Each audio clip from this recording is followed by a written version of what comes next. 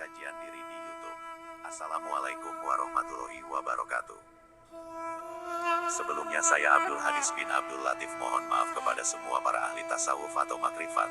Saya paling senang sekali dengan kajian-kajian di YouTube dari kiai dan yang lainnya yang terkenal tersebut hingga saya merasa banyak kekurangan dalam mempelajari Al-Quran yang agung di mana kebenarannya tidak bisa disanggah. Sebagaimana firman pada Quran Surat Luqman 31 ayat 27 yang artinya dan seandainya pohon-pohon di muka bumi menjadi pena dan lautan menjadi tinta, ditambahkan kepadanya 7 lautan lagi setelah keringnya niscaya tidak akan habis-habisnya, dituliskan kalimat-kalimat Allah. Sesungguhnya Allah Maha Perkasa dan Maha Bijaksana. Disinilah saya Abdul Hadis bin Abdul Latif kagum kepada umat manusia yang sejatinya senang mencari kebenaran baik melalui pemikiran pribadi, melalui kitab-kitab maupun Al-Quran, hanya ingin meluruskan kajiannya guna meyakini mana yang paling benar hingga saya sendiri ikut mencoba mengkaji diri. Tentunya kebenaran itu milik Allah Subhanahu wa Ta'ala. Disinilah para umat manusia cara mencari demi kebenarannya apakah kitab-kitab non-muslim atau Al-Quran. Ini adalah suatu ujian dari Allah Subhanahu wa Ta'ala guna pengakuannya untuk sujud syukur atau tidak. Bila dalam kitab atau Al-Quran adanya petunjuk kebenaran kepada Allah Subhanahu wa Ta'ala. Sebenarnya semua umat manusia yang mencari asal-usul diri itu adalah suatu dorongan daripada Quran Surat Al-Imran 3 ayat 31. Jadi bagaimana cara diri ingin dicintai, maka mencari-cari apa yang diperintah oleh Nabi Muhammad SAW agar dirinya dicintai Allah Subhanahu wa Ta'ala. Ini saya sebelumnya mohon maaf kepada Yang Maha Pencipta dan ampunilah bila pengkajian ini tidak sesuai, dan kepada para ahli tasawuf dan ahli makrifat mohon untuk tidak saling menyalahkan karena ada kajian yang judulnya saya ambil dari judul kajian yang ada di YouTube. Bismillah. 1. Allah itu ada di mana-mana. Bila kita ditanya sebagaimana pada itu adalah dalam mimpi saya sendiri kira-kira tahun 2000-an ini ceritanya nomor 1. Saya jawabnya ketika pertama kali ada suara kun fayakun Allah Subhanahu wa Ta'ala menciptakan yang pertama nur cahaya sempurna Ahmad. Ketika Ahmad bertanya pada diri sendiri, siapa aku ini? Kau adalah cahaya sempurna dan aku adalah cahaya di atas cahaya, yaitu Allah. Dan yang kedua menciptakan Adam dan Hawa serta Dajjal. Di sini belum menyatakan Allah Subhanahu wa Ta'ala berada di mana-mana. Ketika Adam dan Hawa tertipu oleh Dajjal untuk tidak mendekati pohon zaitun, Allahu a'lam. Maka ketika Adam dan Hawa mendekati langsung, Allah Subhanahu wa Ta'ala marah lalu perkataan kun fayakun menciptakan alam semesta yang kita tempati.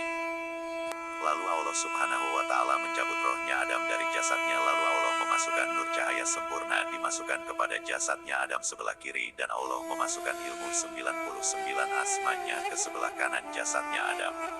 Lalu Allah Subhanahu wa Ta'ala memisahkan diri di Arasy. Adam bertanya kepada Allah Subhanahu wa Ta'ala, wahai Allah, siapakah Dajjal itu? Dajjal itu adalah salah satu ilmu aku yang aku berikan kepadanya. Dan kalian wahai anak cucu Adam dan Hawa itu musuh kalian yang nyata. Hati-hati, itu pesanku Yasin 60. Sesungguhnya ilmu aku itu 100 maha, tetapi aku berikan kepada Dajjal cukup 1 saja. Maka andai kata kalian anak cucu Adam dan Hawa, bila kalian mengikuti petunjuk aku maka aku berikan hadiahnya 99 kali lipat, tetapi bila melanggar cukup hadiahnya 1 saja, ini karena berat siksanya. 2. Apa bentuk 2 kalimat syahadat? Disinilah terjadinya suatu tanda bentuk 2 kalimat syahadat, yaitu seperti kita ini. Lalu kita kembali ke nomor 1 bahwa Allah ada di mana-mana. Kita ambil contoh satu benda, yaitu manusia yang kesemuanya pada jasad itu di situ adanya Allah yang sedang memelihara semua ciptaannya kehidupan. Coba bayangkan isi dalam langit, di situ semuanya ada Allah. Kalau kita lihat bentuk daripada tanda-tandanya yang paling lengkap adanya pada jasad manusia seperti kita ini. Maha melihat, mendengar, bergerak, maha segalanya, bahkan serta perhatikan pada jari tangan itu lengkap untuk sebagai petunjuk beribadah dilihat dari persendiannya. Di mana jari-jari itu ada 3 ruas sebanyak 4 jari, semuanya dapat melekupkan pada pergelangan, sedang jempol 2 ruas tetapi tidak bisa melekupkan pada pergelangan. Itu adalah tanda waktu sholat, sedangkan diteruskan ke pergelangan siku itu tanda rukun Islam, dan bila diteruskan ke bahu maka itu adalah rukun iman. Lalu bayangkan apabila jasad sebelah kanan dan kiri coba tempelkan menjadi satu, dan di situ terlihat tanda tempelkan yang menyatu. Mari kita perhatikan alis lubang hidung, di bawah bibir atas, di bawah lidah ini, dan maaf pada kantong kemaluan juga ada tanda tempelan. Coba perhatikan pada telapak tangan ada angka Arab nomor 18 dan 81. Coba tempelkan, dan untuk lebih sempurnanya bahwa manusia itu diciptakan Allah Subhanahu wa Ta'ala dari 99 asma. Coba jumlahkan antara 18 plus 81 sama dengan 99. Inilah sebagai bentuk dua kalimat syahadat. Maka Allah Maha benar segala firman-Nya. Bila ingin lebih jelasnya adalah Quran Surat An-Najm 53 ayat 4, artinya tidak lain, Al-Quran itu adalah wahyu yang diwahyukan kepadanya. Begitu juga Quran Surat Al-Buruj 85 ayat 3, artinya, demi yang menyaksikan dan yang disaksikan. 3. Siapa yang pertama mengatakan Allah? Pertanyaan sebagaimana di atas itu jawabannya adalah ada pada nomor 1 di atas, bahwa yang pertama kalinya mengatakan Allah itu adalah Allah sendiri, karena perkataan kun fayakun itu yang pertama kali Allah berbicara atau berkata karena ada sesuatu maksud dan tujuan. Bahkan Ahmad atau Muhammad pun belum melihat ataupun mengenal wujud aslinya Allah Subhanahu wa Ta'ala yang sebenarnya. Jadi jangan coba-coba umat Nabi Muhammad SAW ingin melihat wujudnya Allah. Insya Allah miring otaknya. Sedangkan Nabi Musa keinginan yang sama, lalu Allah menyuruh melihat gunung, maka gunung meledak pecah. Musa pun tersungkur, masih kurang yakin, lalu Allah menyuruh memotong burung jadi 4 bagian yang ditempatkan berjauhan, lalu Allah menghidupkan kembali, baru Musa yakin kepada Allah Subhanahu wa Ta'ala bahwa Allah itu ada. 4. Makrifat tingkat tinggi. Kebanyakan para pencari ilmu Allah Subhanahu wa Ta'ala yaitu ilmu makrifat hingga sampai tingkat tinggi, ya alhamdulillah, demi keyakinan apa-apa diharapkan. Semoga Allah Subhanahu wa Ta'ala memberikan pahala kepada pencari ilmu makrifat yang selama ini kebanyakan ilmu makrifat itu terbagi syariat, tarekat, hakikat, lalu makrifat. Tetapi kalau saya Abdul Hadis bin Abdul Latif itu pertama syariat, syarat, tarekat, hakikat, baru makrifat. Mari kita kaji syariat. Kalau syariat menurut saya pribadi adalah isi dari Al-Quran. Mengapa? Ya karena di dalam isi Al-Quran itu adalah kisah zaman dahulu, yaitu sejarah, di mana sejarah ada beberapa zaman yang banyak ditenggelamkan, yang mungkin tidak mengakui adanya Tuhan, adanya sifat arogansi tentang agamanya, dan lain-lain. Ini perlu adanya syarat, hendaknya dipisahkan dan ditinggalkan dalam menjalani makrifat. Jadi untuk menjalaninya hendaknya ikuti surat Al-Imran 31.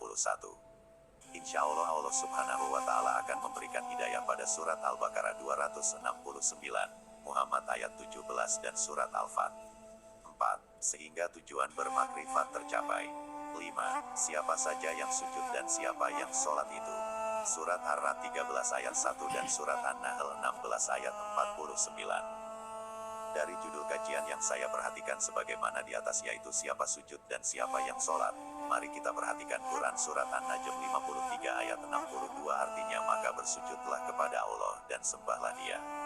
Yang diperintah sujud itu adalah alam semesta kepada Adam. Surat Al-Baqarah 34. Ini yang menjadi pertanyaan, malaikat itu siapa? Sampai diperintah sujud kepada Adam.